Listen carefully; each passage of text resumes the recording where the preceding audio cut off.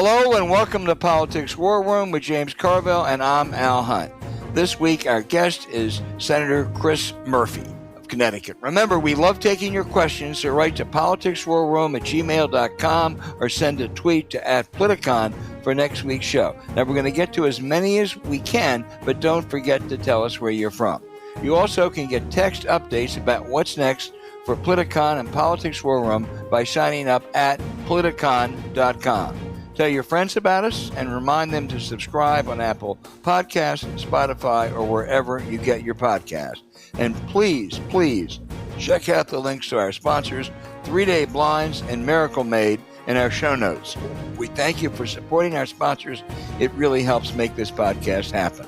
We have an important announcement for you. This is a contest for you listeners. We want you to vote on the most dangerous of the Trump administration's inner circle. Go to Apple Podcasts, Spotify, or wherever you get your podcast, and go to the Politics War Room show notes, and there will be a link. Click on that link, and it will be a voting page where you can express your opinion on the most dangerous of the Trump inner circle. These are the contestants: Pam Bondi, the Attorney General; Brendan Carr, the FCC Chairman; Tulsi Gabbard; Pete Hegseth, the Defense Secretary; RFK Jr. of HHS; Howard Lutnick of Commerce; Stephen Miller, the White House Deputy Chief of Staff; Kash Patel of the FBI; Marco Rubio of the State Department; and Russell Voigt, the OMB Director. You can just make your opinion and make your voice heard. These are tough choices, I know, but vote for one. And you can add a comment if you want, and please tell us where you're from. And in the weeks ahead, James and I will announce the outcome and express our views. And you can also write in someone, although I think our top 10 list, is awful good. So this is going to be fun. Please, please vote on the most dangerous of the Trumpites. In the United States Senate, there is no more outspoken critic of Donald Trump than Connecticut Democratic Senator Chris Murphy. We are so pleased to have you with us, Senator. Thank you. You expressed deep concerns over strikes on the Iranian facilities, but the White House and your colleagues like Lindsey Graham are doing high fives, claiming we eliminated or at least severely set back Iran's nuclear aspirations. We show they no longer can respond forcefully, and that Donald Trump orchestrated a ceasefire and a potentially rearranged politics of the Middle East. What's wrong about that picture? Well, great to be with you guys again. What's wrong with it is that none of it is true.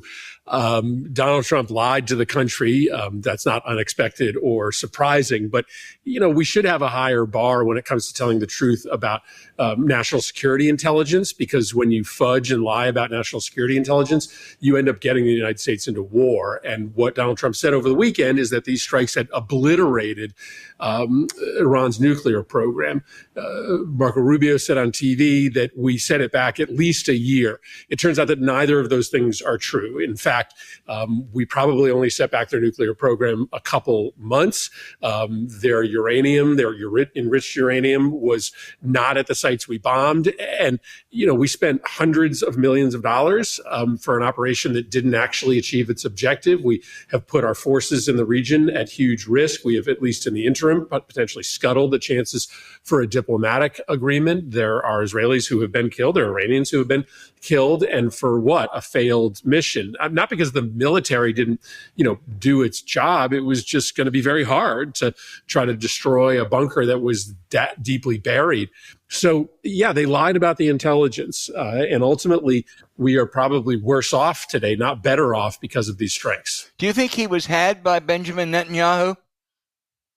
Oh, I mean, absolutely. Netanyahu has sort of personal and domestic political reasons for carrying out the war in Gaza in the way that he has, and for carrying out these operations inside Iran. And, we were at the negotiating table with the Iranians. We were reportedly making progress. That was a threat to Netanyahu. Netanyahu's domestic political coalition probably can't survive if Donald Trump were to execute a nuclear agreement with Iran. So right as those talks were happening, without getting any permission or sign off from the United States, he sends missiles into Iran. That scuttled the negotiations. So now Trump couldn't be part of the negotiations. I don't think at that moment Trump was committed to joining them.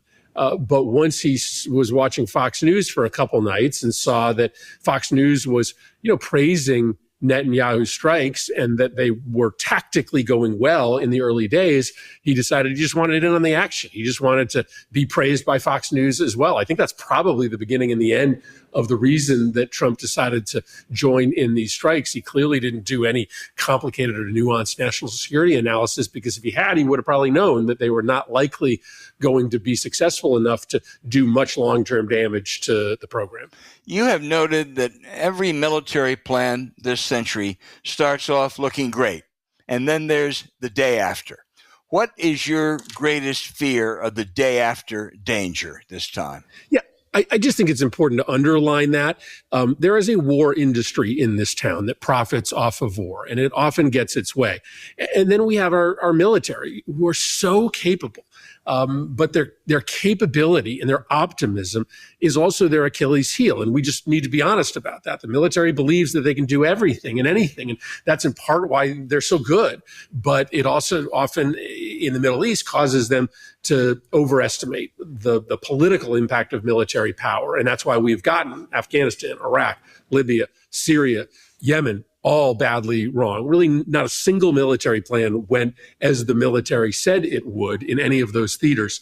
My biggest worry, of course, is that Iran does strike in a way that gets Americans killed. That could happen in the Middle East, but let's be honest, it could also happen in the United States. And in that case, we would have to strike back. And then we're in, an ongoing war with a serious military power in the Middle East. And that's something that no American wants. I mean, nobody in America, except for that defense industrial power, is looking for a new war in the Middle East. That's the biggest worry. Let's talk about Iran for a moment. You certainly have expertise here. The clerics they're incredibly educated, smart people. They're scientists, built their own bomb or enrichment. They didn't have to go elsewhere for help. But is it realistic to expect when this 86-year-old cleric dies, a better regime or anything that would be different than what they've been for the last, 45 years? Well, I mean, this regime is pretty damn evil. They absolutely want to wipe Israel off the map if they could get away with it. They support terrorist groups in the region that have killed a lot of Americans. Remember, for most of the Iraq War, when the United States was there, the Supreme Leader was, running a campaign to hunt and kill U.S. troops. There's no doubt this is an evil group that is completely adversarial to U.S. interests, but that doesn't mean that it couldn't get worse. And again, that is the other risk here, that these strikes, especially if they were to continue, ends up with Iran plummeting into civil war. And if that occurs, the war itself may be so destabilizing to be an immediate threat to the United States. But you could end up with somebody on the other side who is even more radical than the existing supreme leader, who, absolutely decides that they are going to build a nuclear program and buries it so far underground that nobody can ever get to it. We should be careful when rooting for a regime change in Iran. James. So, Senator, thank you. I'm going to read to you a paragraph, and I'll ask you to respond to it. The clear judgment of the U.S. intelligence community, open paren, IC, close parens, is that Iran is not building a nuclear weapon, and its leader, Ayatollah Ali Khamenei, has not authorized a nuclear weapons program. Director of National Security, Tulsi Gabbard, the nation's top intelligence official, said so publicly on March 25th. For the record, that's exactly 3 months ago, 2025, quote, the intelligence community continues to assess that Iran is not building a nuclear weapon, and Supreme Leader Khamenei has not authorized the nuclear weapons program he suspended in 2003, Gabbard asserted in her opening statement. Now, Trump says I don't believe her. So is Tulsi Gabbard right that our intelligence community has determined that they're not building one and one has not been authorized. Was she accurate in saying that, as far as you know, as a member of the Foreign Relations Committee in the Senate? So, James, you know how complicated this question is. So okay. It is technically true that Gabbard is right, that the Supreme Leader has not made the decision to pursue a nuclear weapon. And she has stated that publicly. They haven't done it since 2003. Since 2003, right? But it is also true that Iran doesn't have a civilian nuclear program. So when they are engaged in enriching uranium up to 60%, that is only so that they have the optionality to go to a bomb really quickly. So it's a little bit like splitting hairs to say Iran has not decided to get a nuclear weapon. When folks say that, you're moving to the 10 or 5 yard line, but you haven't decided to score a touchdown. The analogy is not perfect, but it is true that when you get to 60% enriched uranium, you're pretty close to a bomb. And if you decided to get one, you could get one fairly fast. So yes, since 2003, the Iranian leadership has said, we are not going to make a nuclear weapon, but they have also decided to get really close to a nuclear weapon. Both things are true. So, but they weren't on. So, as I understand, under the Joint Comprehensive Agreement, they were allowed, with inspectors, which was working, I'm sorry, enrichment level of something like 60%. All right. Has Iranian nuclear policy, to your knowledge, changed between 2003 and 2025? So you're right. I mean, first, the bottom line is that why these strikes are so unforgivable is that there was another option. Iran has consistently been willing to engage in a diplomatic peace agreement in which they keep their nuclear program, really low level and commit to, being years away from a bomb. That was the Obama agreement, and that was the agreement that they were negotiating. In fact, the Obama agreement said that you can't enrich beyond 5%, so nowhere actually even close to 60%. And Iran allowed inspectors so you could verify all of that. Now, what happened when Trump pulled out of the agreement? And when he starts sort of showering affection on their enemies in the region, like the Saudis, yes, at that point, the Iranians said, let's start enriching way beyond 5%. Let's get all the way up to 60%. So things did change when Trump shattered the nuclear agreement. Iran did get closer to a weapon, but they basically telegraphed to Trump as soon as he came into office, we're willing to go back to the old agreement. We're willing to take 60% back down to 5%. And that's literally the discussion that they were having that Netanyahu blew up intentionally scuttled those diplomatic agreements because for domestic political reasons, Netanyahu needed a war. So I'm going to try to frame this as a disagreement that Alan and I are having, and I'm going to try to frame the disagreement as honestly as I can. And I'm going to settle it. No, you're the decider. I'm ready. Al says that every president that comes in has an opening program, and from President Reagan to President Clinton to President Obama to President Biden, even President Bush 43. It always passes at the end of the day. It's a lot of him and hawing and conference committees and take this out and put this in. But the consequences of failure are just too draconian for a political party to do this. Is that a fair assessment, Al? It is. I think that this thing is in more trouble than we think. And the divisions in there are really deep.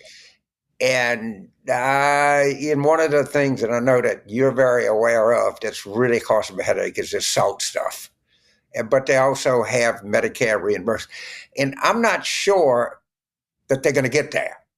History says bet on Al. You're watching this go. You obviously have colleagues on the other side of our, here, House people and stuff. How do you assess their chances of eventually cobbling something together? I mean, history says bet on Al. The nature of the current Republican Party, right, which is effectively a cult, says bet on Al.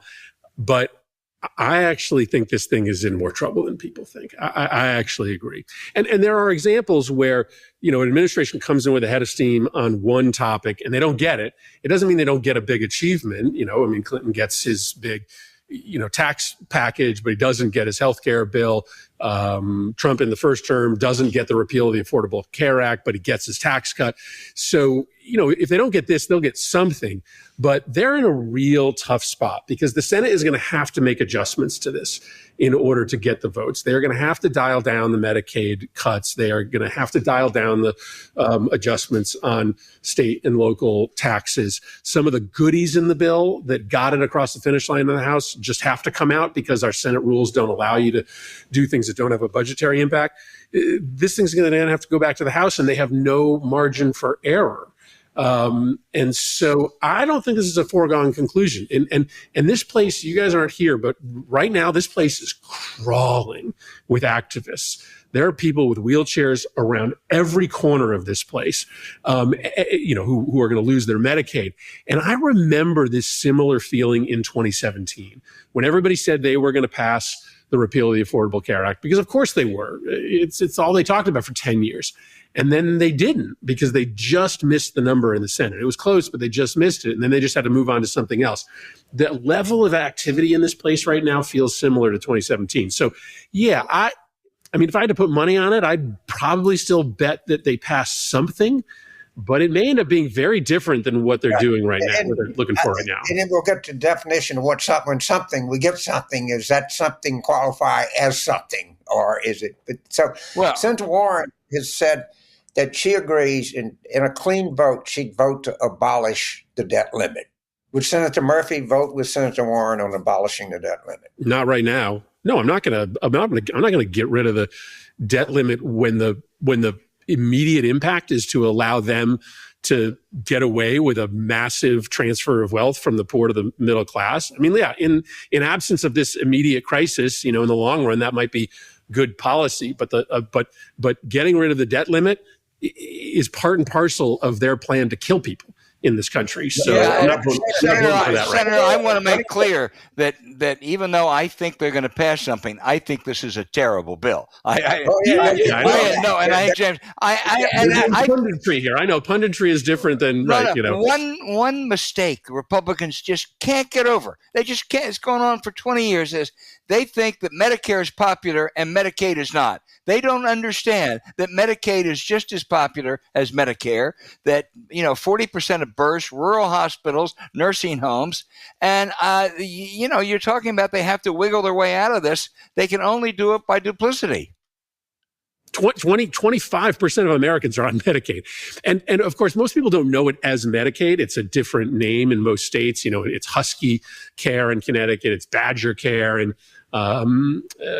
Wisconsin. But 25% of Americans are on Medicaid. And when you look at the polling, it's stunning. I mean, more people think that you should be expanding Medicaid than think that you should be protecting Medicaid. And almost nobody wants Medicaid cut. So this is like horrible politics for them. The numbers continue to sink in terms of the number of people that want it. It's only the super hardcore Trump supporters at this point that are asking for this bill. And those numbers are going to get worse and worse every day that it lingers out there. And it's going to linger because whatever they pass in the Senate, I think, is going to have a hard time in the House. And that'll be a whole nother set of drama. I think if they have to go back to the House, they're dead. I mean, I don't know that they can cut a deal that the House will support. But if you have to go back to the House again, then I might change my punditry on this. Let me ask you, switch subjects for a sec. New York City mayor's race yesterday have any impact on the National Democratic Party? I hope so. I mean, what did we see? We saw a candidate who was relentlessly focused on the unfairness of the economy, right? Who talked about power, who's got it and who doesn't have it every day, who had big solutions, some that were outside of the mainstream, but had big, bold solutions to reorder economic power, who stayed focused on that message, who didn't get distracted by the social and cultural issues that, can sometimes get in the way of us building a big tent, who was authentic, who didn't listen to the pollsters, who just said what he thought, even though some of his views were definitely not inside the 40-yard lines. Who was young, who was not in the establishment, who was good at short form video, but also did the long form interviews. I mean, like, that's the recipe to me. I mean, nobody's going to copy him. But yeah, if you aren't aggressively attacking the unfairness of the economy, if you aren't talking about costs every day, if you aren't being authentic and being willing to be who you are and take risks, you're not going to win as a Democrat now in 2026 or in 2028. So yeah, I hope people watch what happened there. Well, the other message was that the people want, people with fresh ideas and fresh faces. Several months ago, you said you supported Democratic leader Chuck Schumer, but tactics had to change.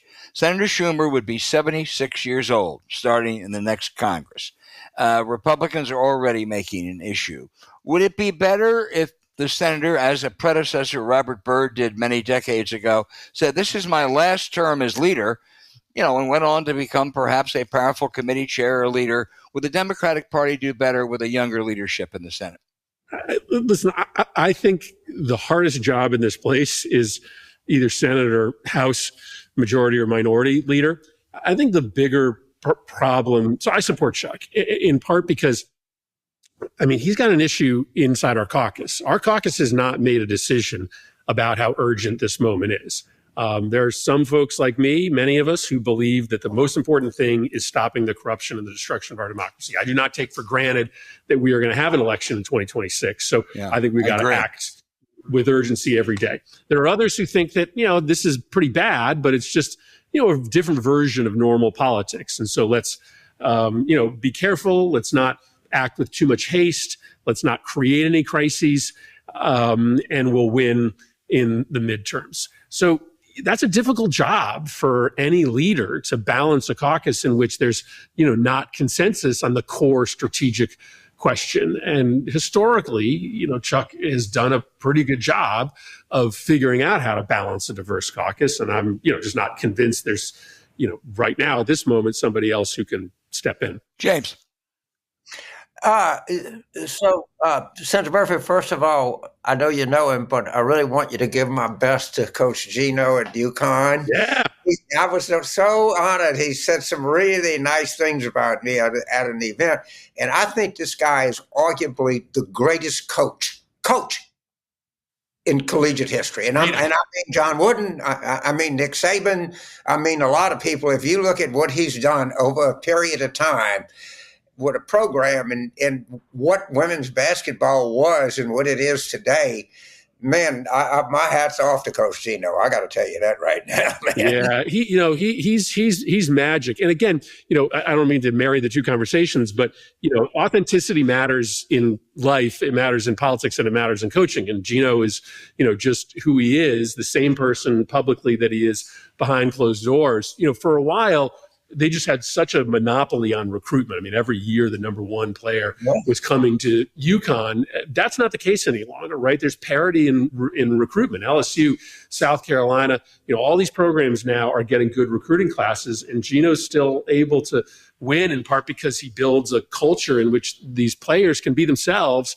and yet still have a cohesion as a team. No, he's going to go down as a great, and he loves Connecticut. He's loyal to Connecticut, which matters so much to us, a state that always has a little bit of an inferiority complex living between Boston and New York. He's just an icon. When we won the College World Series, I know about insecurity and feeling like you've been forgotten. Yeah. So I said it before I turn back to Alec, old political consultant, I can't help but give advice. Please look at the veterans' cuts as a front and center issue. Please look at John Della Volpe's poll of 18 to 30-year-olds, which was the number one issue, more than student loans or more than costs of college or more than anything. And I think John's a very good pollster. And I just think we got to do a real good job of putting this veteran stuff front and center. And I think the reason that 18 to 30s, there's not many veterans at an 18 to 30, I think they say, if they'll cut a veteran, what will they do to you? If you're going to take the chief petty officer in the Navy whose back is, strained out and not take care of him, what are they going to do to you? You have no chance. And I do think this is a great front and center issue for us. And I just want is my little I will take your advice and just add an element to it. I mean, what's so unforgivable is how, Democrats have allowed Republicans to steal the flag from us, right? To steal the sort of concept of patriotic Americanism.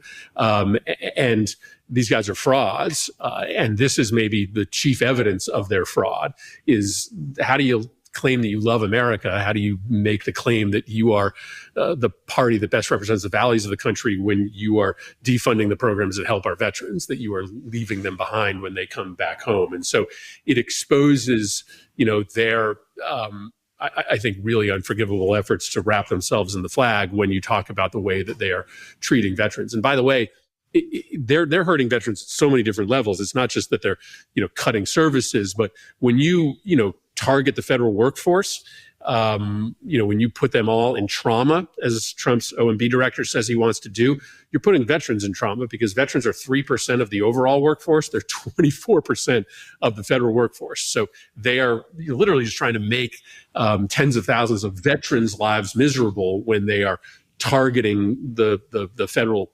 workforce every day for cuts and for layoffs. And Senator, we should never forget that it was Donald Trump that called fallen soldiers losers and suckers. You have been a terrific guest. We know how busy you are. Thank you so much for joining us today. Thank you, Senator. Keep the good fight going. Thanks, guys. You guys are awesome. Thanks for having me back.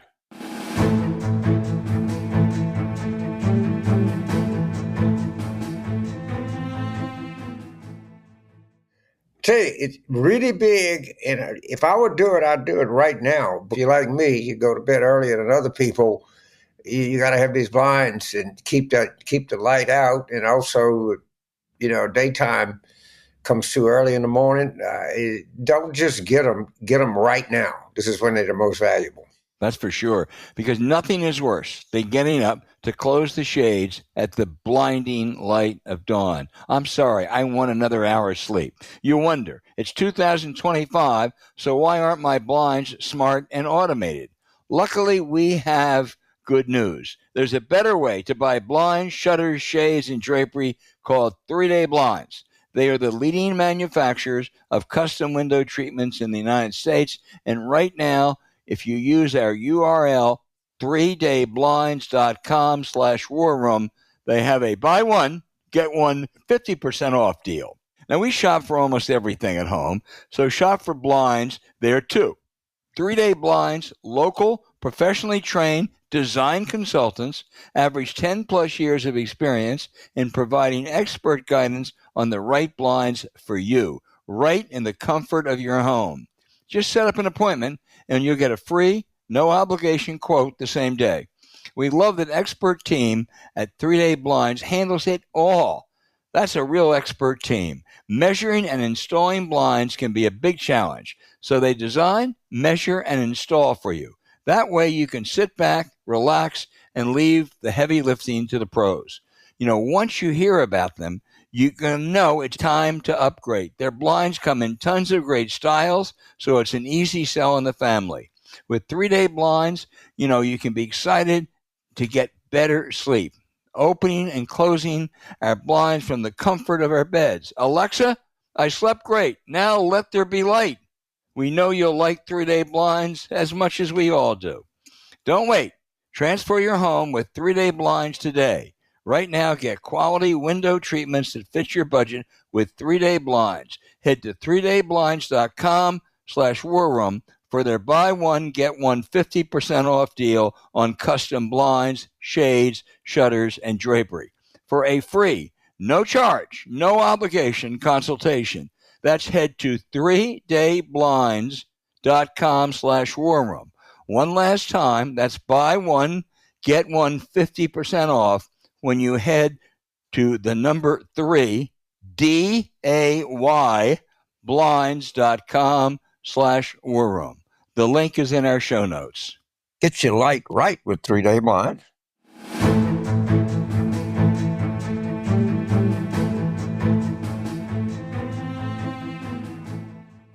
In a major upset, Zohran Mamdani, a 33-year-old state assemblyman and socialist, defeated former Governor Andrew Cuomo to win the Democratic nomination for mayor of New York City. Mamdani ran a brilliant campaign, creative use of social media, tirelessly campaigning day and night, building a committed ground game, and focusing on the cost of living for average citizens. He even proposes the city take over grocery stores. But if Mamdani if he prevails in the fall, and there is a general election, his greatest gift may be to the Republicans. The Democrats, they will charge are the party of socialists, of defunding the police, a position that Mamdani actually backed away from, of the government taking over private business, and speaking favorably of the Palestinian Intifada.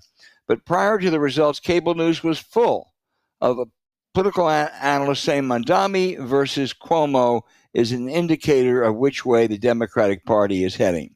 I think the reality actually is Cuomo was yesterday. He was associated with corruption and accused of sexual harassment. And I think just as the weakness of Joe Biden paved the way for Donald Trump, Cuomo was the perfect foil for Mamdani. Okay, well, let's start. Yes, he said a lot of things, and he did walk back, defund the police. Give him credit there. In terms of his idea of public-owned, city-owned grocery stores, all right, so I go to New York a lot, and y'all, come on, James, you don't really see it because you just go to Soho and the Upper East Side and the West Side, or Midtown or whatever. Okay, great. I do go through neighborhoods all over New York, and I can't tell you how many of these grocery stores they are. I think they call them bodegas. They're literally on every block. I don't even understand what he's talking about. Is he talking about maybe expanding food pantries? I don't know. And the one other thing he has said that he has not walked back is that he was for global intifada. Well, I don't think that's a good idea. But hopefully this guy, I hope, he obviously represents dissatisfaction, particularly among urban Democratic primary voters. Maybe he'll turn into be a very skilled candidate that can skillfully navigate some of his, what I refer to as esoteric positions. I'd remind one thing. He won the primary. There's a general election coming. I think Andrew is setting off noises that he's not going to run the general election as an independent. So there might be a huge, I don't know the ballot access thing, but it might be a huge undertaking to have somewhat of a left of center independent candidate run for mayor. New York has had some history of electing Republican mayors. They're not going to elect Curtis Sylvia for sure, but it's certainly possible they could. There's a lot of baseball left here. That's the only point I'm going to make. We got a lot of baseball to play. Well, I certainly agree with that. And New York City, for all its attractions, is not America. When Rudy Giuliani was elected mayor, it didn't usher in a slew of pro-choice, law and order Republicans, nor did Michael Bloomberg, who actually was an excellent mayor, pretend a plethora of billionaires, or Eric Adams, been an invitation for a bunch of corrupt mayors. So I think to say that New York City election is an indicator of what's going to happen elsewhere is just off base. However, I do believe that Republicans will jump on this. Elise Stefanik, a woman who never lets truth get in the way of her demagoguery, said just last night that this proves that the Democratic Party is now the party of communists. I mean, she's going to take the socialists and one-up them. Well, he's not a communist, but he does have some issues that the Republicans will love to talk about. Yeah, I wish I had more of your attitude and less of mine. I have a chance today. I can't imagine that Fox is going to be talking about anything else. I can't imagine that any Democratic candidate anywhere in the country is going to be able to escape answering this question. I think the microphones will follow them around. I think that they're going to pound this home as hard as they possibly can. And it's also, honestly, given what of course, everybody's going to try to do. Well, let's look at our nominees in Virginia and New Jersey. And great. I mean, has to be a big part of our answer. And depending on who comes in a general election, there's a lot of Democrats going to have a hard go at this. I think it's a potentially damaging event.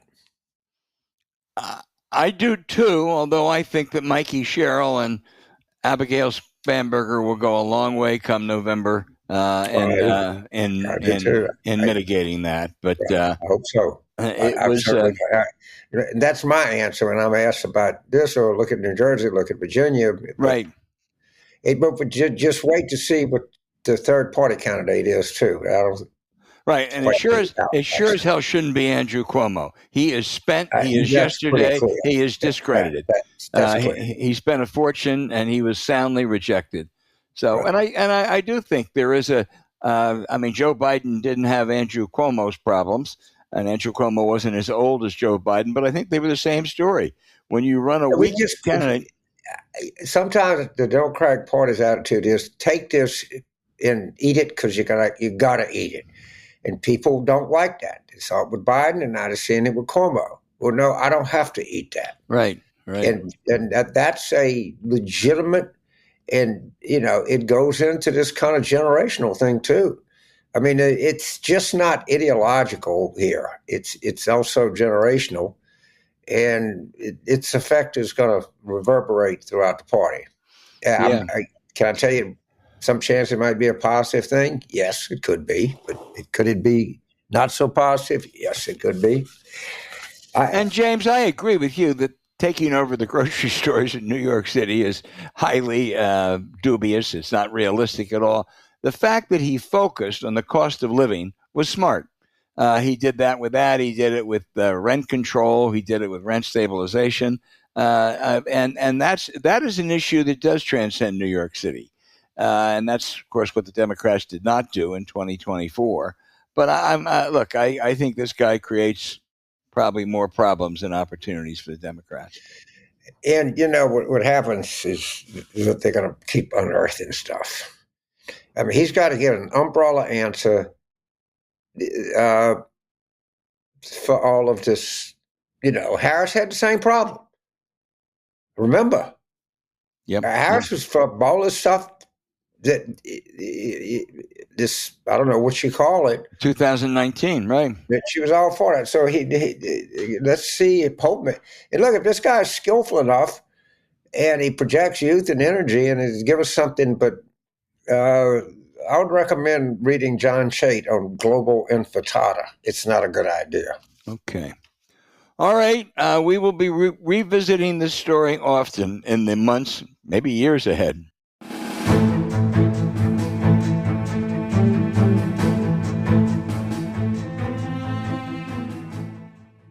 And if it's hot, it's going to continue to be hot, it's going to get hotter, why not get these sheets, start using them right now?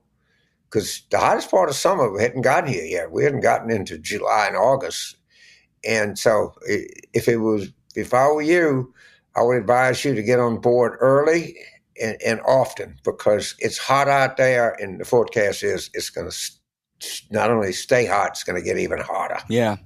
Because sleeping at the right temperature is a critical way to feel rested the next day. Now, if you wake up too hot or too cold, we highly recommend you check out Miracle Made bed sheets so you can sleep at the perfect temperature all night long. Plus, the silver lining prevents 99.7% of bacterial growth, which means Miracle Sheets require 3 times less laundry because they stay clean and fresh 3 times longer. So stop sleeping on bacteria that can clog your pores and cause breakouts and acne. Sleep clean with Miracle instead. Trust us, with no more gross odors, life is a whole lot better for your household. The NASA-inspired, temperature-regulating, silver-infused fabrics truly give you maximum comfort in any weather, and they make pillowcases and comforters too. So join us in getting better sleep every night. Not only are Miracle Sheets luxuriously comfortable, they don't have the high price tag of other luxury brands. Miracle Sheets feel nicer than bed sheets used by some 5-star hotels, so it's a vacation every time you get into bed. So upgrade your sleep as the weather heats up. Try miracle.com/warroom to try Miracle Made Sheets today. And whether you're buying them for yourself or as a gift for a loved one, if you order today, you can save over 40%. And if you use our promo War Room at checkout, you'll get a free 3-piece towel set and save an extra 20%. Now, Miracle's so confident in their product that it's backed with a 30-day money-back guarantee. So if you aren't 100% satisfied, you get a full refund. So upgrade your sleep with Miracle Made. Go to trymiracle.com/warroom and use the code warroom to claim your free 3-piece towel set and save over 40%. Again, that's trymiracle.com/warroom to treat yourself. Thank you, Miracle Made, for sponsoring this episode, and you can look for the link in our show notes. Start enjoying your time in the sheets with Miracle Made.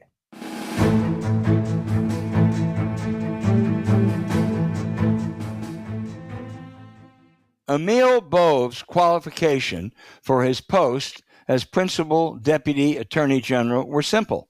He was one of Trump's criminal lawyers and would be unquestionably loyal to the chief. He has displayed those colors. First, he was charging that the prosecution of those insurrectionists who violently stormed the Capitol on January 6th to try to overturn an honest election, Bove said was a grave injustice, and he fired those Justice Department officials who were devoted to the rule of law. Next, he cut a deal to dismiss the criminal indictments of New York City Mayor Eric Adams in return for Adams agreeing to cooperate with Trump's immigration deportation. That prompted the resignation of Danielle Sassoon, the acting U.S. attorney, a former Antonin Scalia law clerk and Federalist Society star, an honest conservative who refused to go along with an unlawful deal. And this week, a whistleblower, formerly in the Justice Department's Immigration Office, revealed that planes were set to take off spiriting migrants to a prison in El Salvador this spring. And there was likely to be, however, a court order halting those flights. The response of the principal deputy attorney general in the United States Justice Department, once the home of Robert Kennedy, Robert Jackson, Elliot Richardson. His response, quote, "We'll tell the court, fuck you and ignore any order," end quote. So what's Bove's reward for his contempt for the rule of law? Trump has nominated him to be a federal judge on the Third Circuit Court of Appeals. I don't need to say anything more, James. Well, okay, I'll try to, live up to the stupidity of what you just said, which I've got to admit is a very high bar, but I'm going to try. There's a position in the United States government and within the Department of Homeland Security that is responsible for counterterrorism in the United States. I don't have to tell you how important that position is, how much professionalism it requires, how much knowledge, how much interagency cooperation, all the shit you hear. So I want to read the Wikipedia entry for you for the new person responsible for counterterrorism in the Department of Homeland Security. Take a deep breath. Thomas Fugate, born 2002 or 2003. Well, born in this century in the United States doesn't even know their goddamn birth year? I mean, you're not Minnie Minoso, okay? I mean, you're somebody like a Dominican guy. It might be, 41 years old, and, he says he's 36. But usually, if you're born in this century in the United States, your birth date is pretty known thing. Is an American political appointee serving the United States Department of Homeland Security, whose responsibilities were expanded to include serving as the director of the Center for Prevention Program and Partnerships, called CP3. I thought it was about Chris Paul. Right? He completed an undergraduate degree in politics and law from the University of Texas at San Antonio. Okay, that university graduated in 2024, right? We're 2025, so 13 months out of undergraduate school at UT San Antonio. He worked as an intern for the Heritage Foundation. Oh, wow. That, you're an intern. That's a qualification. Jesus. He succeeded counterterrorism scholar Bill Braniff, who resigned from cutting the staff at the Senate. Now, Braniff is a graduate of the United States Military Academy, is a graduate of Johns Hopkins School of Advanced International Studies, has years and years of record as in knowing about and fighting counterterrorism. Okay, this guy is, by any stretch of the imagination, a stud. He also worked on Donald Trump 2024 presidential campaign. And get this. This is how qualified this man is. He attended the 2024 Republican National Committee. Okay, that's it. That's it. That's it. That's it. That's it. Now, there's some supplemental things that I did find out. He worked in the produce section of the H-E-B store in Austin. I have to tell you, the H-E-B stores are great, okay? And they have a very nice celery display. They're very good at that. Now, maybe he was part of the celery display team, but I'm not through yet because I'm going to get this man a qualification. He also worked for a landscaping company. He mowed lawns. So he stacked produce. He mowed lawns. He has a definite relationship with vegetation. I suspect his mind is also vegetative. But this is the guy. This is the guy. And, stand by, because just when you think you can't get any crazier, they're gonna one up you. They're gonna one up you. James, you at least equaled my outrage at a minimum. Yeah, it is. Well, to tell you, in two, you take them together. Don't take them in isolation. Take them together, and it adds up to more than you think. And it's all over the fucking government. It does that.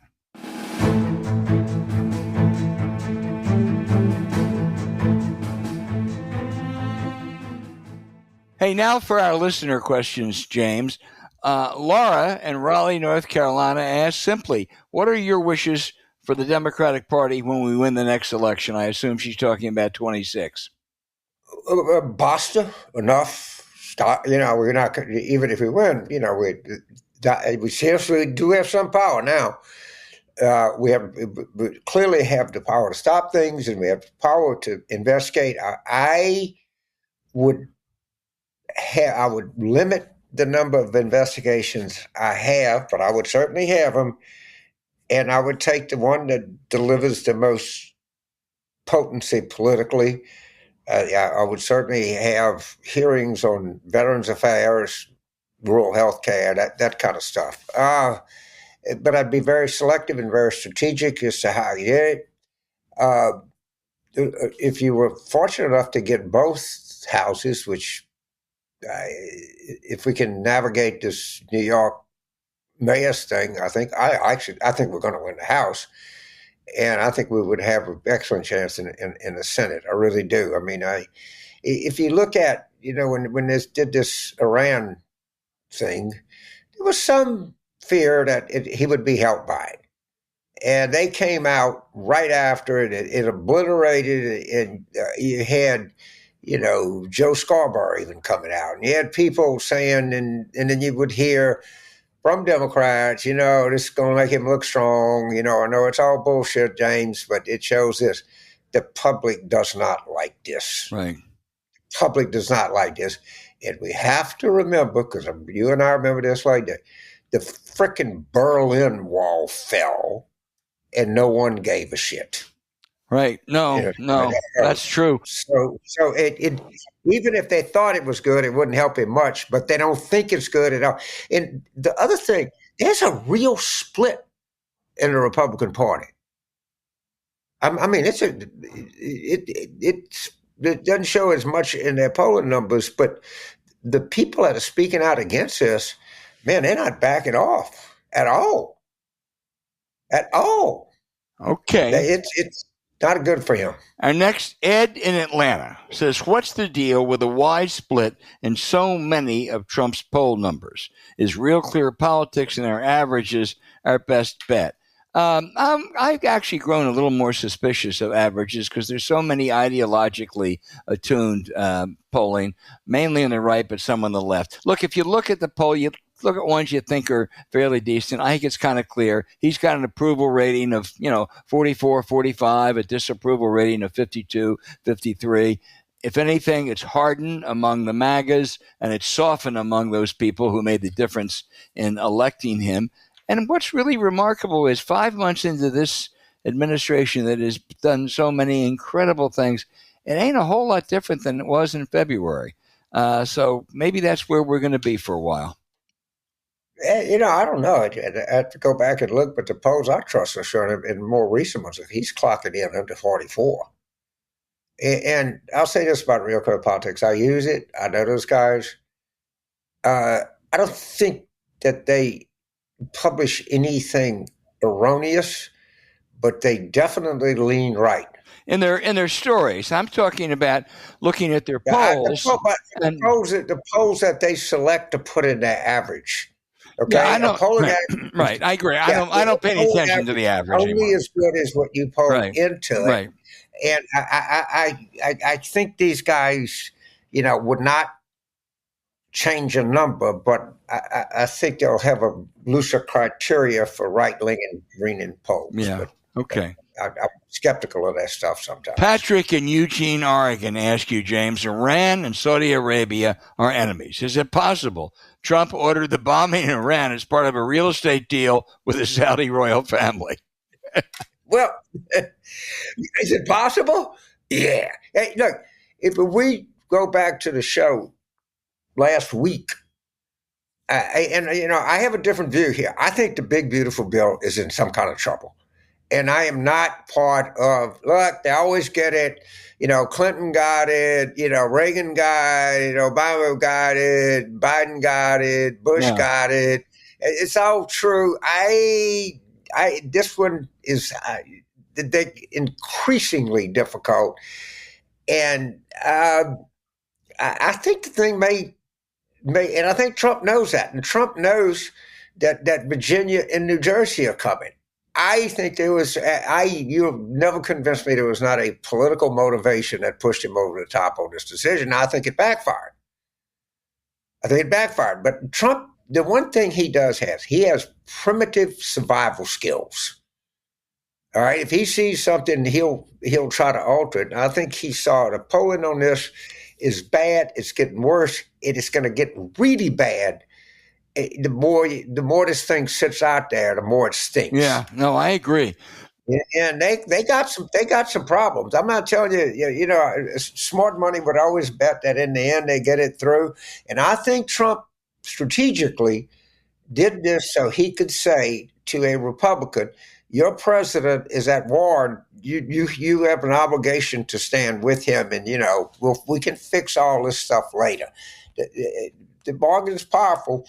He knows he's in trouble. I think this thing is actually in trouble. As bad as it is, James, it's going to get through. Hey, Megan, Vancouver, Canada, says, why is Fox News so partisan? Was journalism always like this?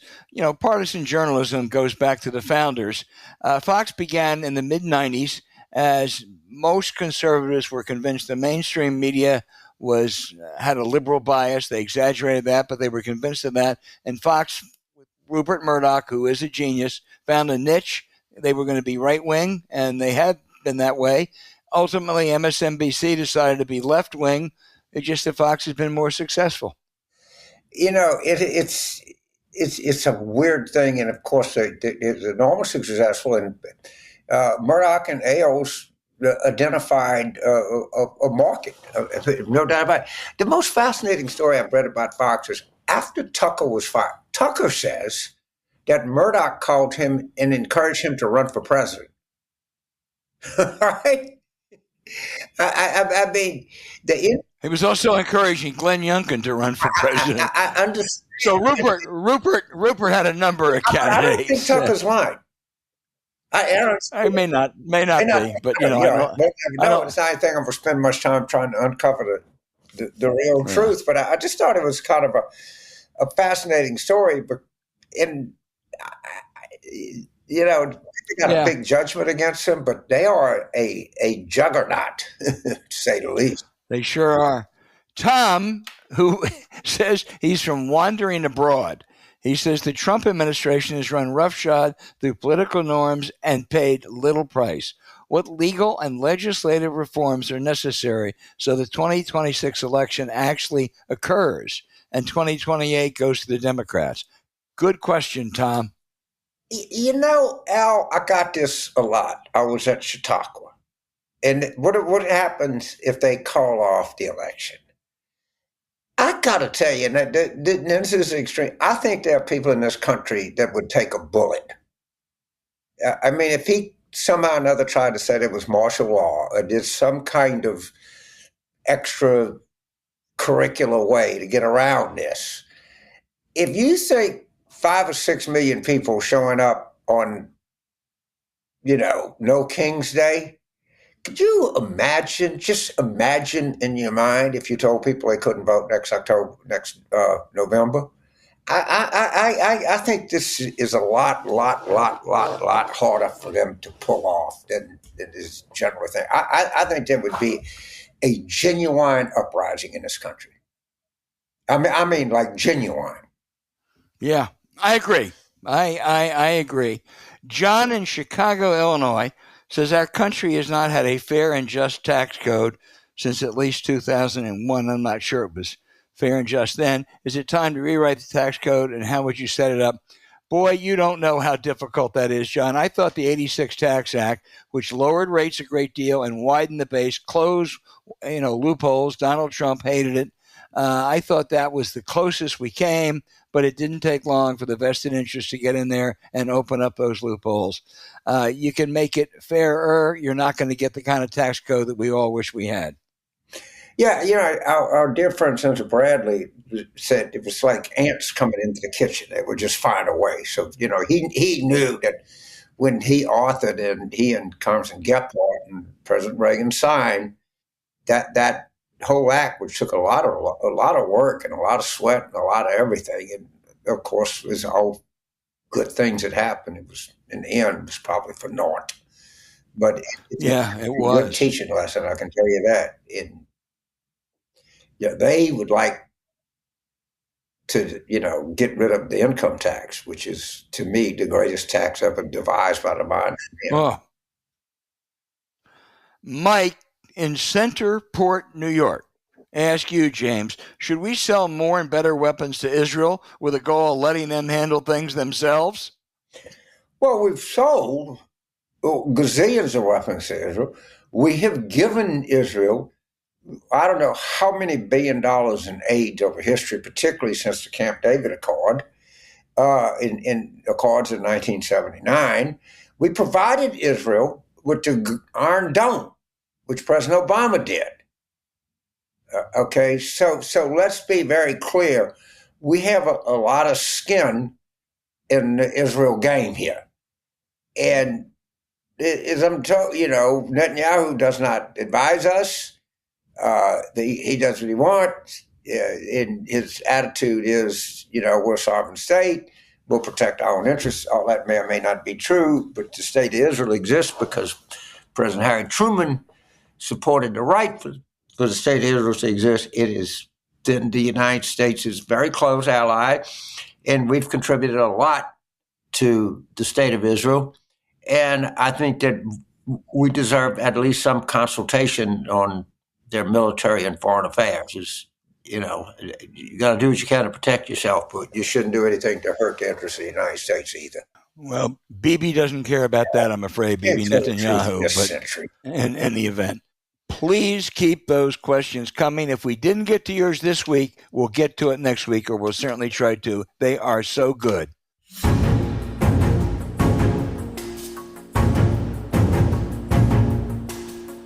Don't forget to vote for the most dangerous of the Trump inner circles. Just go to our show notes and click the link. Thanks for listening to Politics War Room with James Carville, and I'm Al Hunt. As always, send your questions for us by email to politicswarroom@gmail.com or tweet them for next week's show at Politicon. Following this episode, we'd really appreciate it if you check out the links to our sponsors, 3-Day Blinds and Miracle Made, in our episode show notes. We thank you for supporting them. When you do, you help make this podcast happen. Now, to keep up with us, subscribe to Politics War Room on Apple Podcasts, Spotify, or wherever you listen. And check out our Substack at politicswarroom.com. James and I are constantly adding new content. You also can find other shows you might enjoy on the Politicon YouTube channel or when you search Politicon on your favorite podcast sites. Remember, please rate the show with a 5-star review. We'll be back next week with another show as we continue our War Room planning.